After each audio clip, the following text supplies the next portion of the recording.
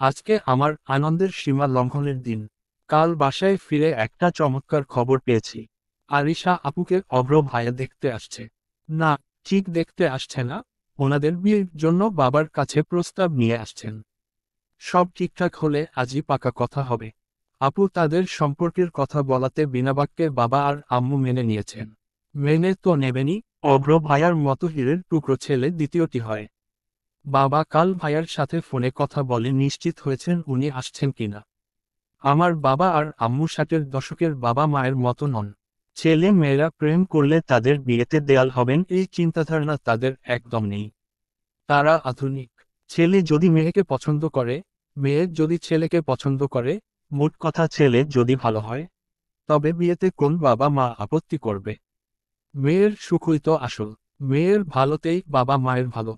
না না, এই কথাগুলো আমার নয়। এই মহৎ বাণীগুলো আমার মায়ের। সেই সকাল থেকে আম্মু এই এক কথা আওড়ে যাচ্ছেন। প্রথম যখন শুনলাম, তখন আমি আম্মুর মুখের দিকে হা করে চেয়েছিলাম। এই নিয়ম, এই নীতিবাক্য, কেন আমার বেলায় নয় আম্মু? আমিও তো তোমার মেয়ে। আপু প্রেম করলো, এখন বিয়ে করবে, তাতে তোমার কোনো আপত্তি নেই। নিঃসন্দেহে এটা সুখবর। কিন্তু আমি কি দোষ করেছি? আমি কোনো ছেলের সাথে কথা বললেই তুমি কান সজাগ করে শুনতে। বাড়ি থেকে বের হওয়ার সময় কড়া নিষেধাজ্ঞা দিতে যেন ডানে বামে না তাকাই।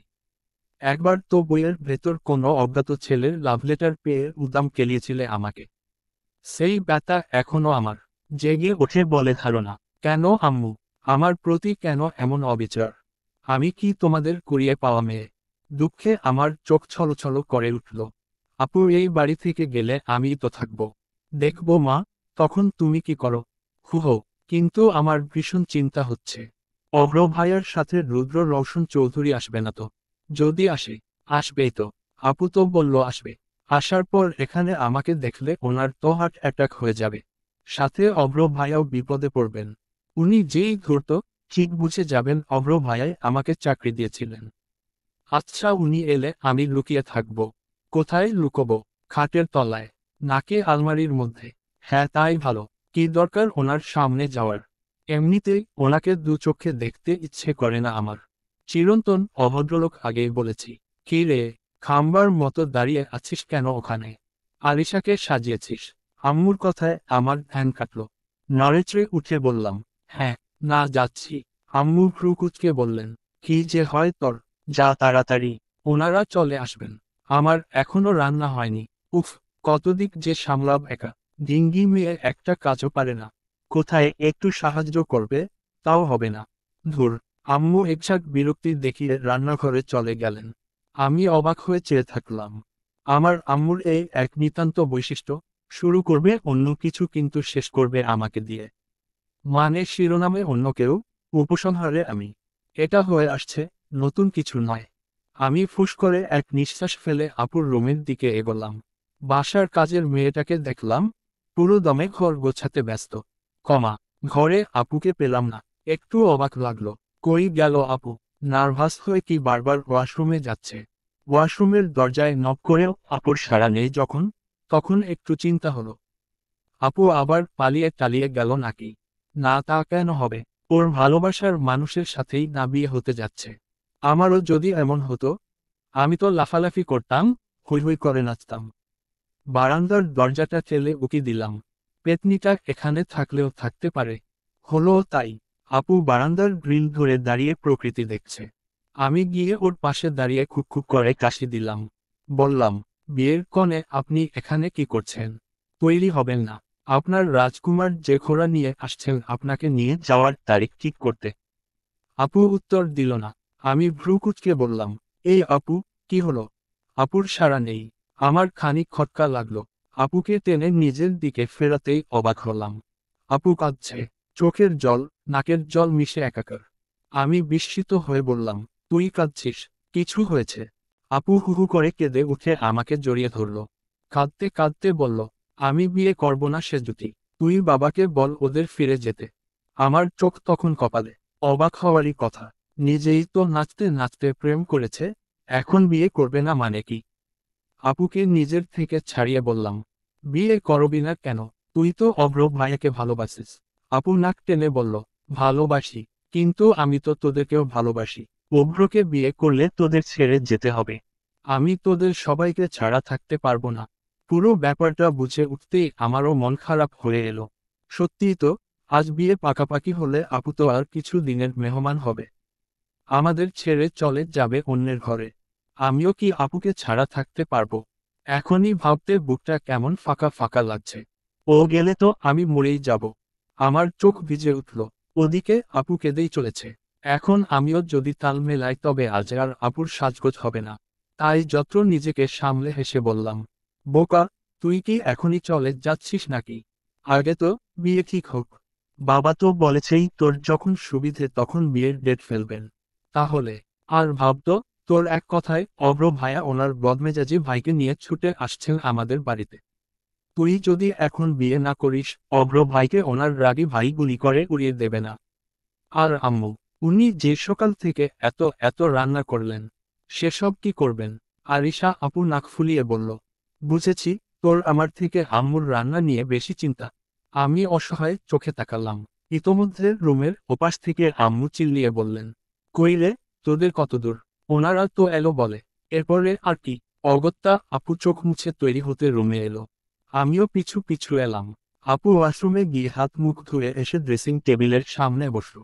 আমিও শুরু করলাম ওর চুল আঁচড়ানোর কাজ। ওপর নিজেকে স্বাভাবিক রাখলেও আমার মনেও যে মেঘ জমেছে। একটা প্রশ্ন ভীষণ দাপাচ্ছে ভেতরে। মেয়েদের বেলায় কেন এত নিষ্ঠুর নিয়ম? কেন বাবার বাড়ি ছেড়ে আরেকজনের বাড়িতে গিয়ে থাকতে হয়, যেখান থেকে মরার আগ অবধি ছুটি নেই? উফ, নিয়মটা যদি একটু ওলট পালট হতো। মেয়েরা ছেলেদের বিয়ে করে বাড়িতে নিয়ে আসবে, ছেলেরা শাড়ি চুড়ি পরে ঘুরে বেড়াবে, রান্না করবে, ঘরের সব কাজ করবে, বাচ্চা কাচ্চা সামলাবে। ব্যাপারটা কি সুন্দর হতো না? আমি একটু ভাবতে বসলাম। আমার চোখে হঠাৎই ভেসে উঠল রুদ্র রওশনের গোমরা মুখটা। ওনার পরনের লাল টুকটুকে শাড়ি, মাথায় এক হাত ঘোমটা দিয়ে হাতে এক কাপ চা সমেত এগিয়ে আসছেন উনি। আমি ভোরকে নিজের ভাবনার ইতি টানলাম। জোরে নিঃশ্বাস নিলাম। বাপরে, পৃথিবীতে এত লোক থাকতে ওনাকেই দেখলাম, তাও এই অবস্থায়। পর মুহূর্তে ফিক করে হেসে উঠি আমি। সত্যি, আমার কল্পনার তুলনা হয় না। তবে ওনাকে কিন্তু শাড়িতে মন্দ লাগছিল না।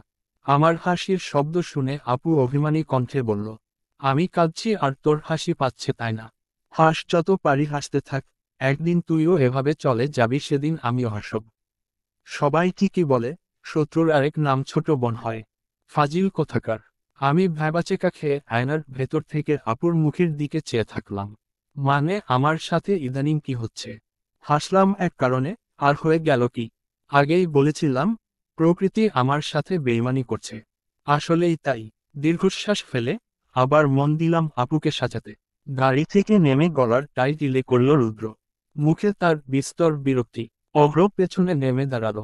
আমির দ্রুত পায়ে এগিয়ে এলেন। অভ্র তড়িঘড়ি করে আমিরের পা ছুঁয়ে সালাম করল। আমির ব্যস্ত কণ্ঠে বললেন, থাক বাবা থাক। অভ্র সোজা হয়ে দাঁড়ালো। হেসে বলল, ভালো আছেন আঙ্কেল? হ্যাঁ আলহামদুলিল্লাহ। অভ্র রুদ্রর দিকে আচোখে তাকালো। রুদ্র এদিক ওদিক দেখছে। অভ্র জানে রুদ্র কোনো দিন কারোর পা ছুঁয়ে সালাম করবে না। মনে মনে খুব করে চাইল, অন্তত ভদ্রতার খাতিরে মুখে একটা সালাম যেন দেয়। আমির রুদ্রর দিকে ইশারা করে বললেন, উনি তোমার ভাই, রুদ্র রওশন চৌধুরী। অভ্র ছোট করে বলল, জি। আমির ভালো করে দেখলেন রুদ্রকে। লোক মুখে শোনা আর টিভি চ্যানেলে দেখা রুদ্র রওশনের সাথে সম্পূর্ণ মিল নেই। বাস্তবে ছেলেটি অধিক সুন্দর, অধিক পরিপাটি। এত বড় ব্যবসায়ী, তার অফিসে অনেকের গসিপসের প্রথম শিরোনামই থাকে রুদ্র রওশন চৌধুরী।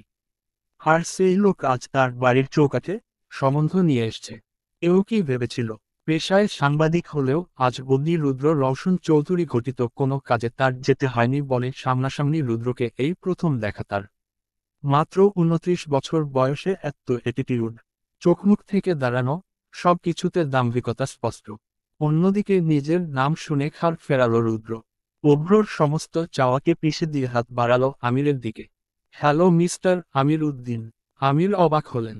হাঁটুর বয়সী ছেলে তার নাম ধরে ডাকছে। ছেলেটার নামে তাহলে একদম ঠিক শুনেছিল। প্রচণ্ড মাত্রার অহংকারী। টাকা হলে যা হয় আর কি। রুদ্র হাত বাড়িয়েছে দেখে হাত মেলান আমির। মেকি হেসে বললেন, ভেতরে আসুন। আমির এগিয়ে গেলে পেছনে চলতে থাকে দুভাই। অভ্রর বেশ চিন্তা হচ্ছে। রুদ্রর জন্য তার শ্বশুর মশাই মেয়ে দিতে বেঁকে না বসলে হয়।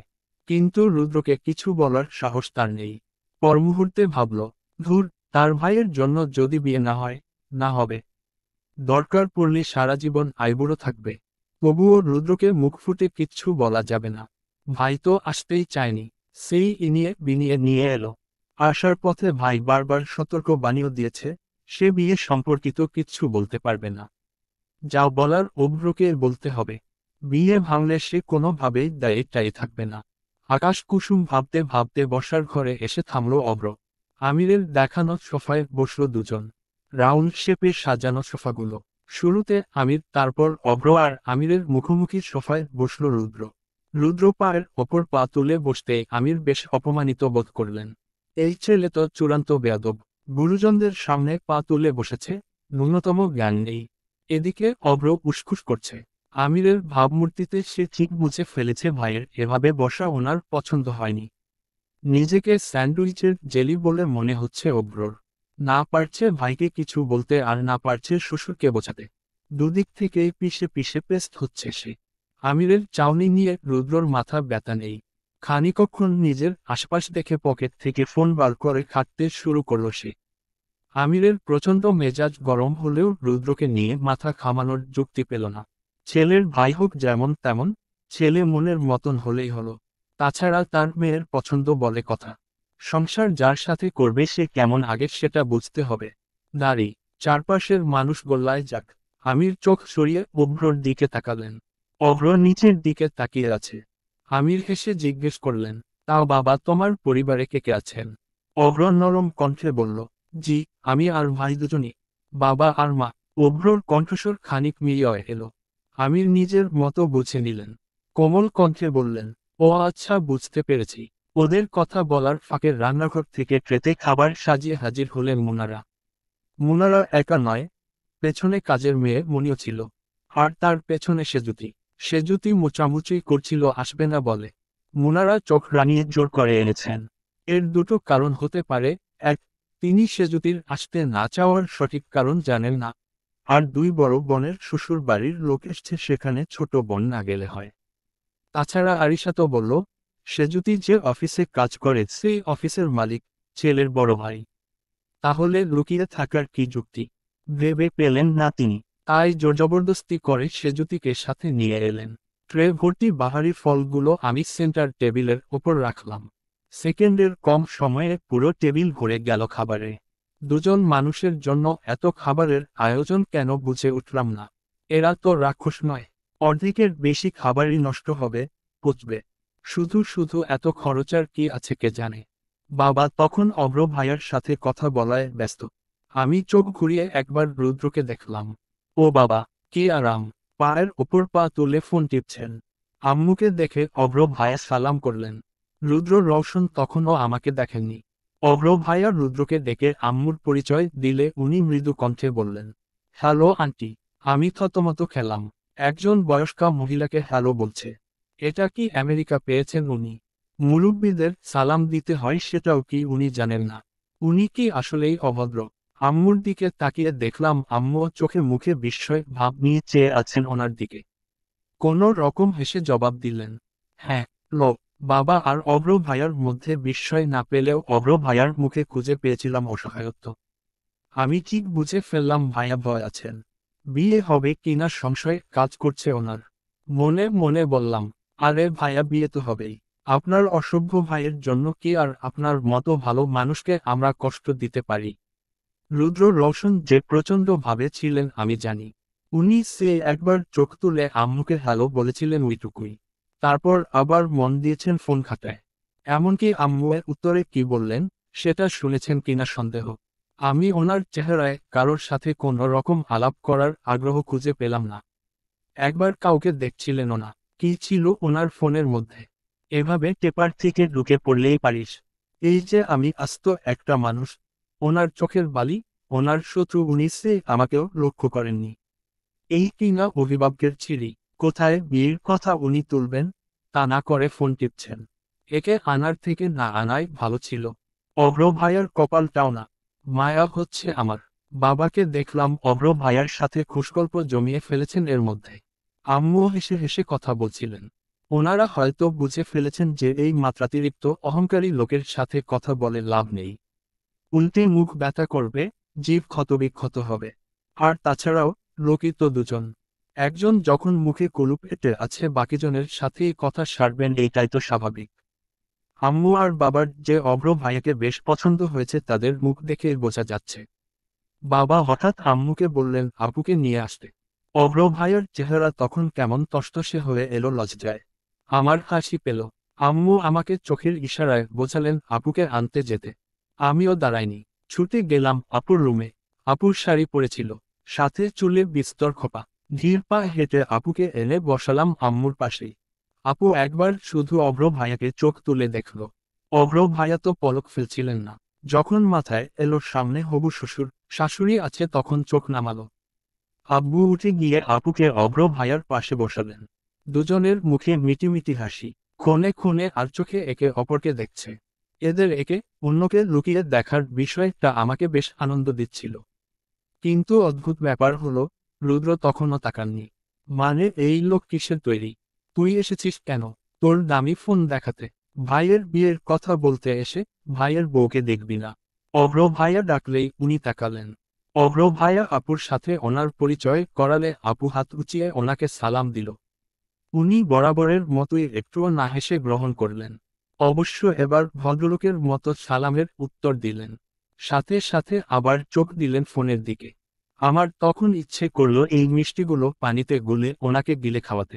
ব্যাটা তোর মাকে পেলে জিজ্ঞেস করব, জন্মের সময় তোকে মধু খাওয়ায়নি নাকি? এমন অসামাজিক লোক এত সম্পদ দিয়ে করবে কি? সৃষ্টিকর্তা সম্পূর্ণ অপাত্রে দান করেছেন ওসব। আম্মু হঠাৎ আমাকে বললেন, সেজুতি ওনাকে, রুদ্রকে, ফ্রুটস দাও। দেখো ওনার কি কি দরকার হয়। আমি চোখ বড়বড় করে রুদ্রর দিকে তাকালাম। যা ভাবলাম তাই। এইবার রুদ্র বিদ্যুৎ বেগে ঘাড় উঠিয়ে তাকালেন। নিশ্চয় আমার নাম শুনে। আমাকে দেখতেই উনি আকাশ থেকে পড়লেন হয়তো। ছোট ছোট চোখ কেমন গোল মার্বেলের মতন হয়ে এলো। ঠোঁট দুটো আলাদা হতে বাকি ছিল শুধু। মুখমণ্ডলে বিস্ময়ের মাছি ওড়াউড়ি করছে। উনি আমাকে এখানে আশা করেননি আমি জানি। কিন্তু কি আর করার, ওনার সব আশা যে পূরণ হবে এমন কি লেখা ছিল? কেউ দিয়েছিল এমন কথা? দেয়নি তো। আমাকে শটান দাঁড়িয়ে থাকতে দেখে আম্মু একটু উঁচু স্বরে বললেন, কি হলো, শোনোনি কি বললাম? আমি গুটি গুটি পায়ে গিয়ে ফলের প্লেট হাতে নিলাম। উনি যে ফল খাবেন আম্মুকে কে বলল আমি জানি না। হয়তো আপু বলেছিল, মেহমান বাসায় এলে তাদের মিষ্টি দিয়ে আপ্যায়ন করতে হয় শুনেছি।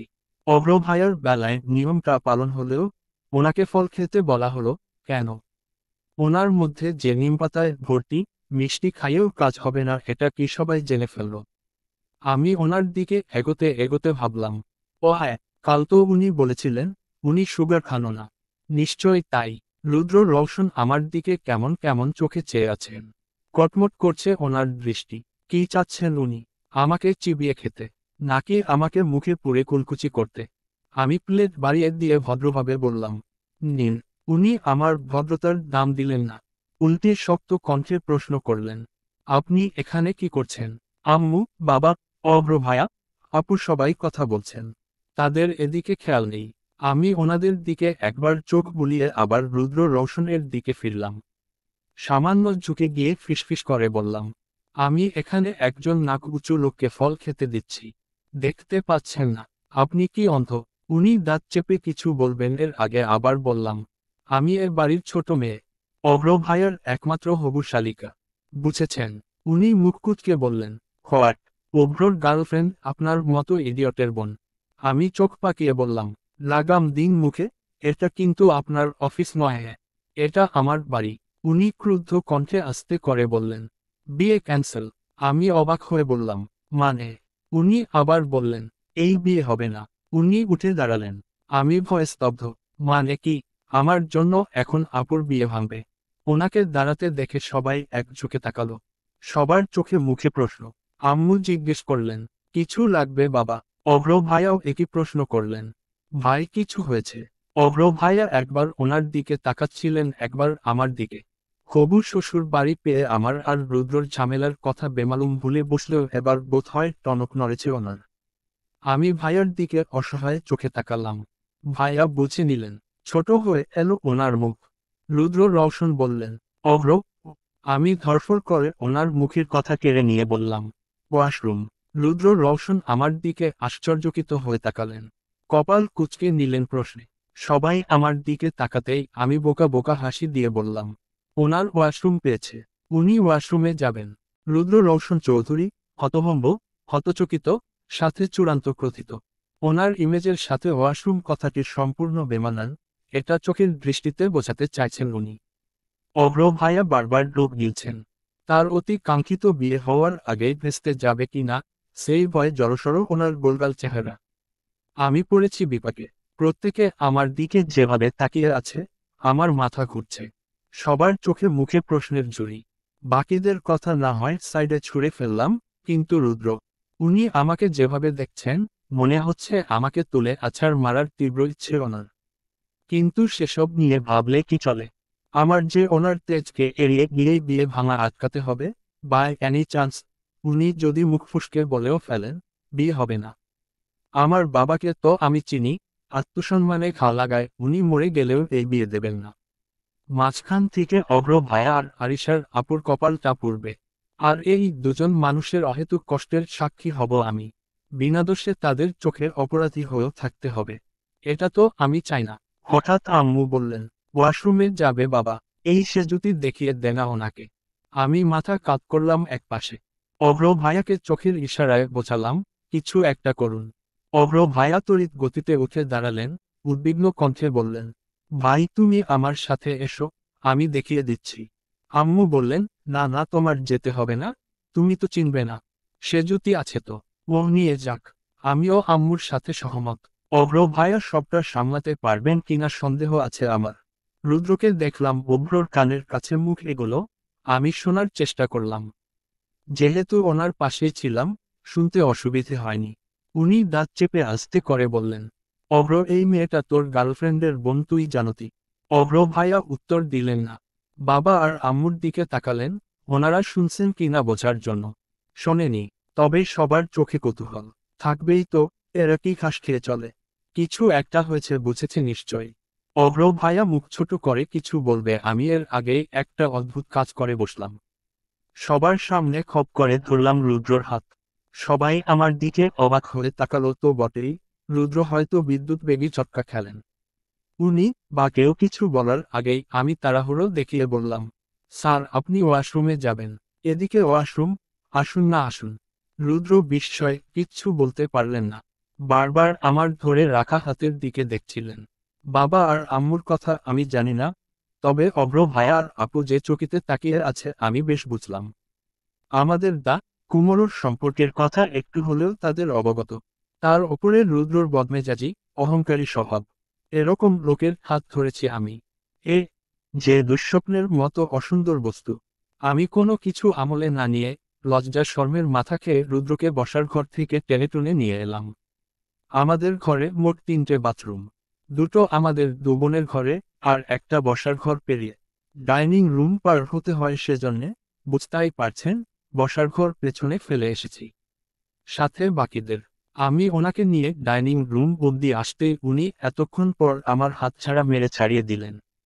দাঁড়িয়ে পড়লেন তারপর। আমিও দাঁড়াই। ওনার হাত ছুঁড়ে মারার টাইমিংটা ভালো লেগেছে।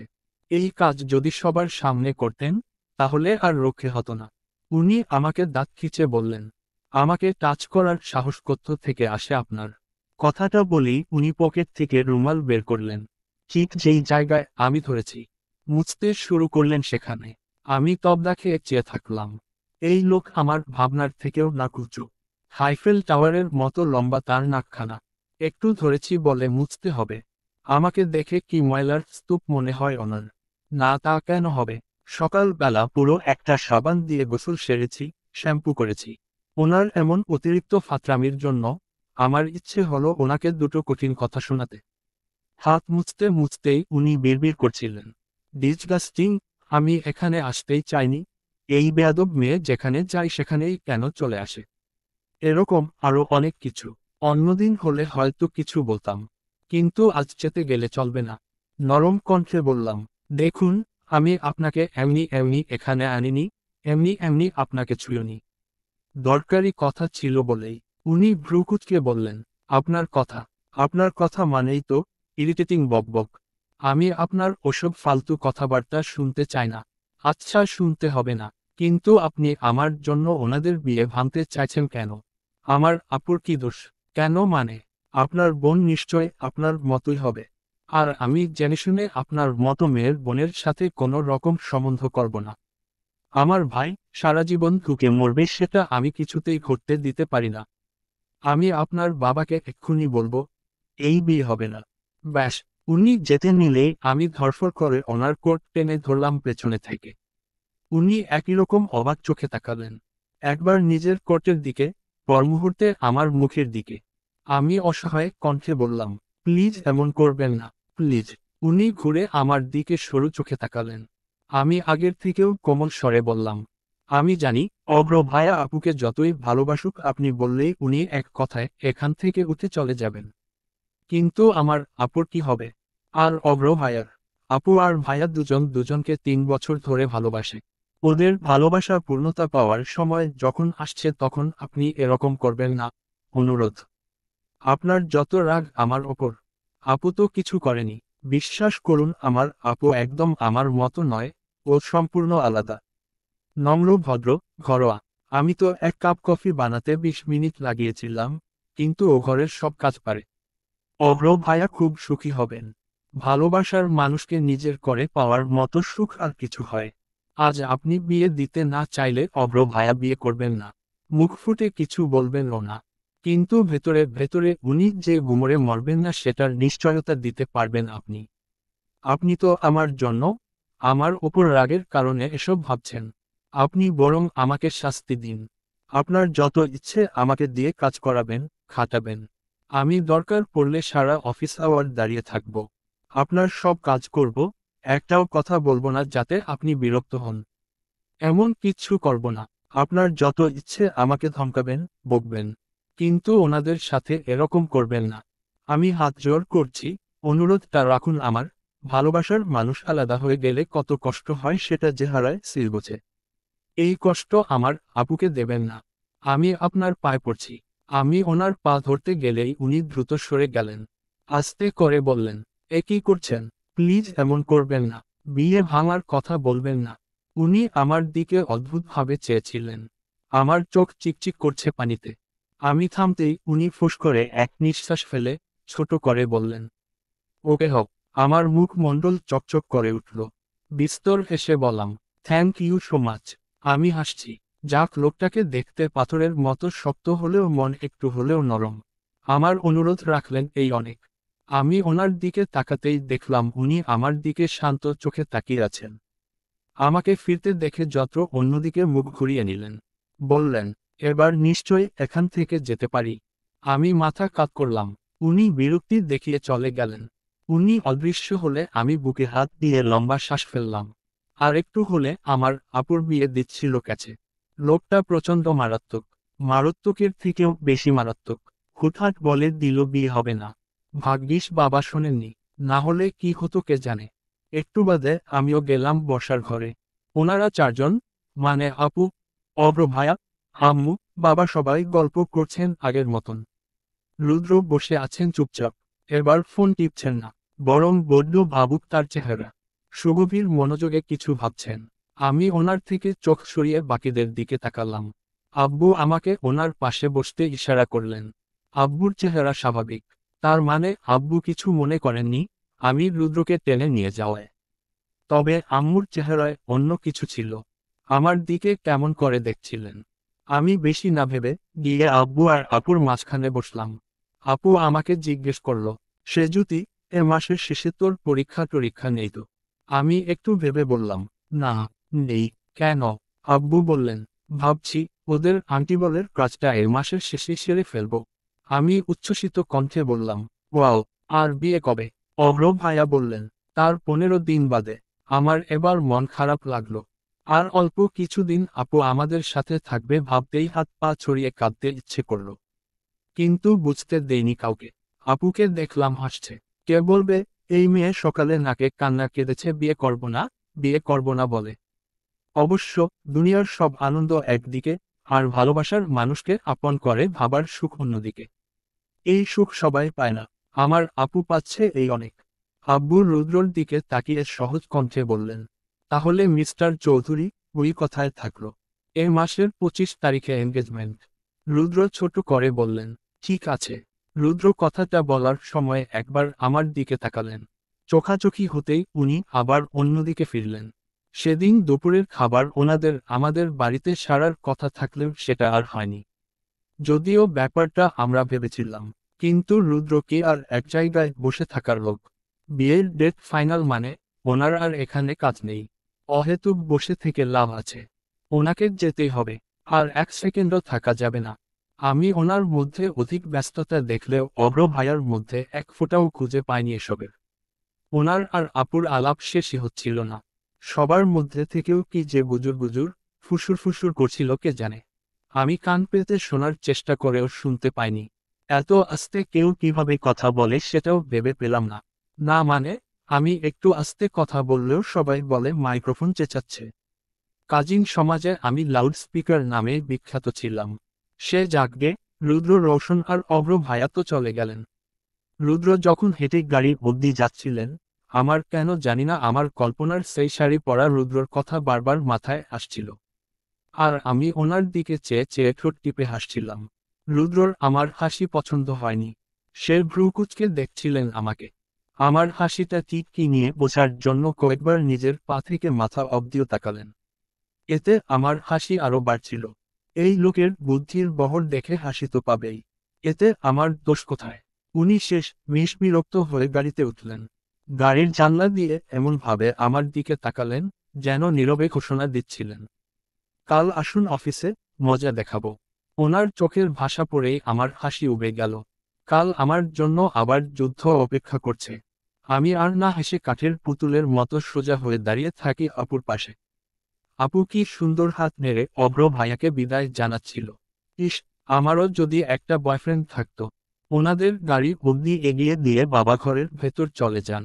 দাঁড়িয়েছিলাম, আপু, আম্মু, আমি।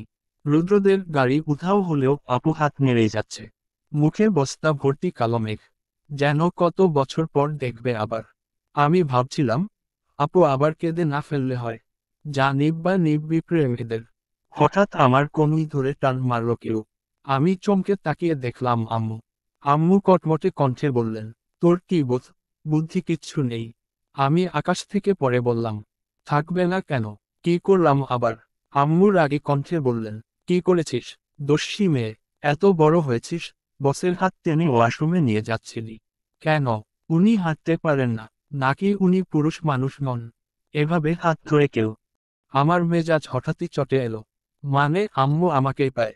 চেতে বললাম, তুমি সব সময় আমার সাথে এমন করো কেন আম্মু? কিছু হলেই আমার সাথে খেয়ে করো। আমি কি তোমার শত্রু? সব সময় আপুর বেলায় নরম, আমার বেলায় গরম কেন? সৎ মাও এরকম করে না।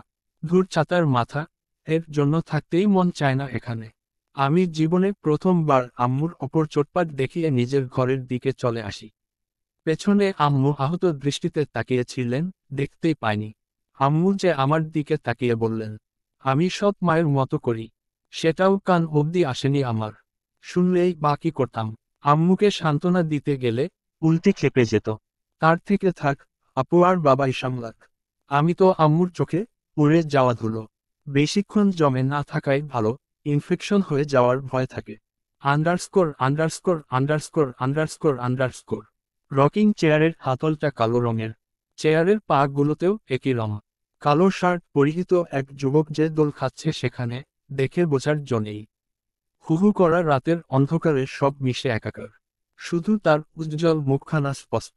রুদ্রর রুমে বারান্দা নেই। রুমের সামনে বড় ফাঁকা জায়গা। সম্পূর্ণ খোলা। দু চারটে ফুলদানি, কয়েকটি সৌন্দর্য বর্ধক গাছ, একটা টেবিল, চারটে চেয়ার ছাড়াও রুদ্রর জন্য রকিং চেয়ার রাখা এখানে। ভীষণ চিন্তায় থাকলেই এখানে বসে দোল খায় সে। দোলে দোলে ভাবনার রাজ্যে দাপিয়ে বেড়ায়। এই মুহূর্তে তার চিন্তার বিষয়বস্তু সেজুতি। সেজুতি ওভাবে তার পা ধরতে এলো, ব্যাপারটা সেই থেকে মাথায় দপদপ করে লাফাচ্ছে। মেয়েটা মাত্রাতিরিক্ত চঞ্চল, যেটা তার চূড়ান্ত অপছন্দ। এছাড়া মেয়েটি বেয়াদব, মুখে মুখে তর্ক করে, তাকে কবার অপমানও করল। কিন্তু সব কিছুর ঊর্ধ্বে আজকের ঘটনাটা। সেজুতিকে যেভাবে সে অপছন্দ করে, সেজুতিও যে তাকে দেখতে পারে না এটা তার জানা। সেজুতির চোখের দৃষ্টি দেখলে বোঝা যায় কতটা বিরক্তি, অসহনীয় ভাব লুকিয়ে থাকে সেখানে। চোখের ভাষা পড়ে মানুষের মন বোঝায় একটু হলেও তো তার রক্ত আছে। অথচ মেয়েটা তার পরিবারকে ভালোবাসে বলার থেকেও অনেক বেশি। না হলে আজ বোনের জন্য সেই অপছন্দের লোকটির পা ধরতে একটুও ভাবল না। কত অনুরোধ করল, শুধুমাত্র বোনকে তার ভালোবাসা পাইয়ে দেয়। মেয়েটাকে দেখে আশ্চর্য লাগলো আজ। এত ঝগড়ুটে মেয়ের মন এত ভালো হয়, এর মধ্যে তো কোনো অভিনয় ছিল না। যখন সে রাজি হলো, মেয়েটার মুখে কি হাসির স্রোত! একটা সুন্দর, পবিত্র হাসি, আপনজনের জন্য কিছু করতে পারার হাসি। কেন যেন মনে হচ্ছিল মেয়েটাকে মুগ্ধ হয়ে দেখতে। বিরক্তিকর মেয়েরাও এত সুন্দর হাসতে পারে। না হাসার সময় মেয়েটাকে একটুও বিরক্তিকর মনে হয়নি, বরং ভালো লেগেছে প্রচণ্ড। কত সুন্দর সুন্দর মেয়ে দেখল জীবনে, কালোর হাসি এমন চোখে লাগেনি তো। মনে হচ্ছিল চোখের পাতা না ফেলেই ওই হাসি দেখতে। মনে হচ্ছিল সময়টা ওখানেই থেমে যাক, মেয়েটা হাসুক, আর সে আঁখি জড়িয়ে দেখুক। নিজের ভাবনার কুল পেয়ে আচমকা নিজেই চমকে উঠল রুদ্র। না, ছি, ছি, এসব কি ভাবছি আমি? ওরকম একটা মেয়ে নিয়ে আমার মাথায় এসব আসে বা কি করে? Shame on you Rudra, you are the great Rudra Roshan Chowdhury. অফিসের একজন সামান্য কর্মচারী নিয়ে এমন ভাবনা তোর সাজে না। কি যে হচ্ছে আমার, যে মেয়েকে সব থেকে বেশি অপছন্দ করি তা সত্ত্বেও তাকে নিয়ে ভাবছি। ফালতু টাইম ওয়েস্ট। হঠাৎ ফোনের রিংটোনের শব্দে ধ্যান কাটল রুদ্রর। ছোট্ট নিঃশ্বাস ফেলে উঠে রুমে এলো। ফোনের স্ক্রিনে লেখা ভাসছে। রুদ্র সময় নষ্ট না করে ফোন রিসিভ করতেই ওপাশ থেকে ভেসে আসে এক পুরুষালী কণ্ঠ। স্যার, আসসালামু আলাইকুম। এসাইলমের ডিরেক্টর বলছি। রুদ্র সালামের উত্তর দিয়ে বলল, জি বলুন স্যার। আপনার পেশেন্টের তো কোনো উন্নতি দেখছি না, আগের মতোই প্রচণ্ডভাবে আঘাত করছে, কাছে গেলে কামড়াচ্ছে। রুদ্র ঢোক গিলল, ফ্যাকাশে মুখে বলল, একটু চেষ্টা করে দেখুন না, যদি কিছু হয়। জি স্যার, আপনার পেশেন্ট, আমরা তো দেখবি বলুন। কিন্তু ওনার হায়ার ট্রিটমেন্টেও তো কাজ হচ্ছে না, আর ইদানিং কিছু মুখেও তুলছে না, খাবার দিতে গেলেই কামড়াচ্ছে। আজকেও একজনকে আঘাত করে মাথা ফাটিয়েছে, তাই আপনাকে জানাতে কল দিলাম। রুদ্র হতাশ কণ্ঠে বলল, ও, কাল আমি আসছি তাহলে। রাতে খাইয়েছেন? জি না স্যার। রুদ্র রেগে বলল, এখনো খাওয়াননি? আমি মাসে এমনি এমনি এতগুলো টাকা দিচ্ছি না, আপনাদের নির্ধারিত অ্যামাউন্টের থেকেও বেশি দেই। ওনার যেন কোনো রকম অযত্ন না হয়। জি স্যার, অবশ্যই। রাখছি। রুদ্র ফোন রেখে দিয়ে বিছানার সাথে হেলান দিয়ে মেঝেতে বসল। বাইরে তখন হিম বাতাস। রুদ্রর করিডোরের দরজাটা হা করে খোলা থাকায় বাতাসগুলো দৌড়ে ঝাঁপিয়ে ঢুকছে না ঘরের ভেতর। শীতলতায় আরো শীতল হয়ে আসছে রুদ্রর দৃষ্টি। কিছু একটা দলা পাকাচ্ছে গলার ভেতর। কি সেটা? কান্না? হ্যাঁ, কান্নাই তো। আড়ালে আবডালে যত্নে লুকিয়ে রাখা অসুরা। হাজার লুকিয়ে রাখলেও যারা সুযোগ পেলেই উপচে আসতে চায়। ভাবতে না ভাবতেই রুদ্রর এক চোখের কোণা ছুঁয়ে জল গড়ালো। বিস্তৃত হওয়ার আগেই রুদ্রর সাথে সাথে বৃদ্ধাঙ্গুল দিয়ে মুচল সেটুকু। না, সে কাঁদবে না। কাঁদতে হলে একটা কল চাই, যেখানে শুয়ে মুখ লুকিয়ে কাঁদা যায়। তার কাছে নেই এমন কল, নেই মাথা রাখার জায়গা। সে একা, বড্ড একা। কারো নেই, আর তার কেউ থেকেও নেই। নেই একটা পরিবার। তারও তো হাসতে ইচ্ছে করে সবার সাথে মেতে থাকতে পারে না। কিছু অতীত আটকে দেয় তার ইচ্ছেকে, বাধা দেয়। বছরের পর বছর একাকিত্বকে সঙ্গী ভেবে আজ সে এমন।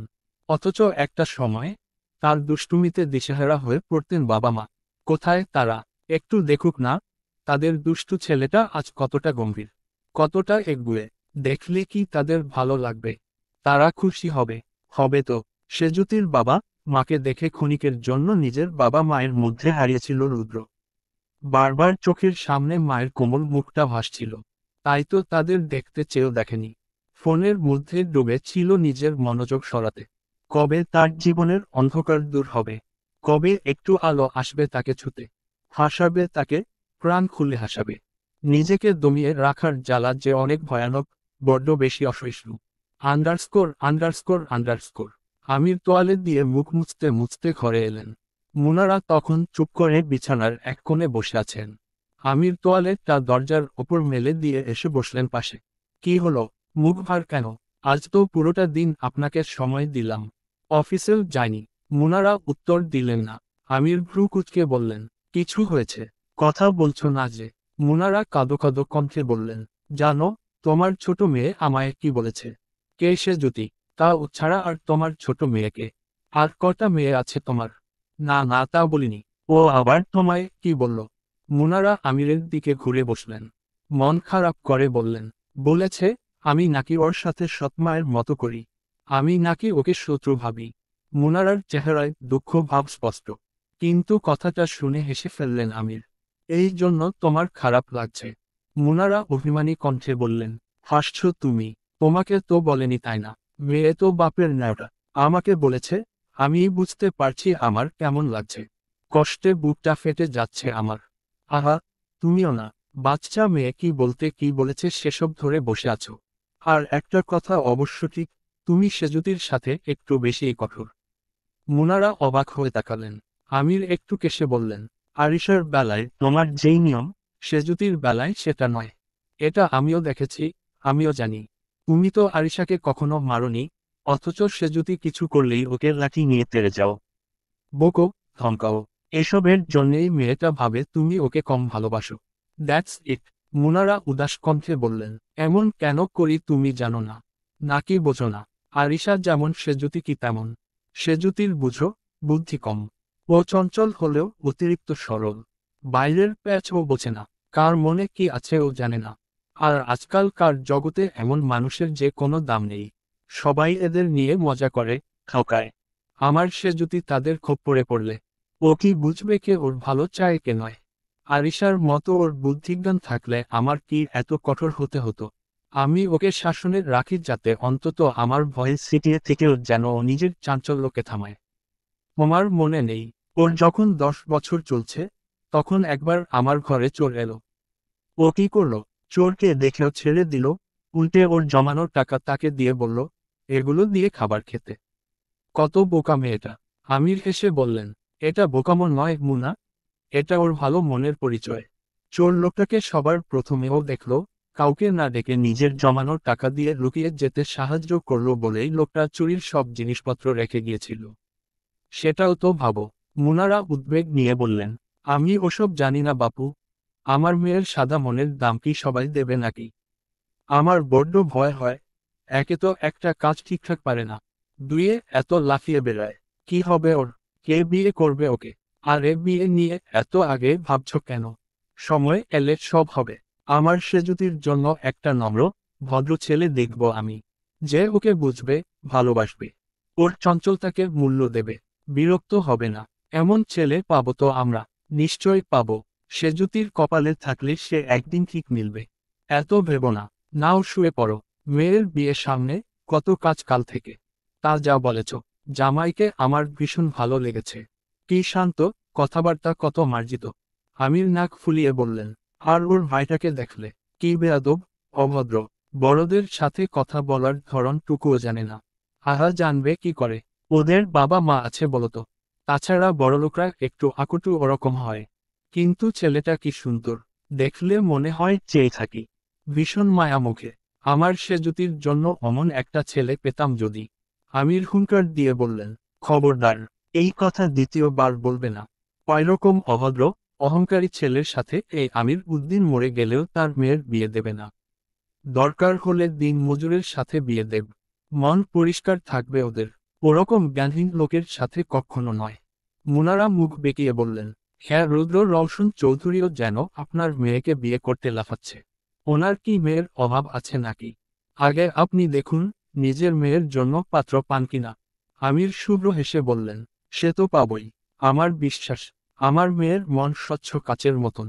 সৃষ্টিকর্তা নিশ্চয় আমার মেয়ের জন্য বেস্ট কাউকে বেছে রেখেছেন।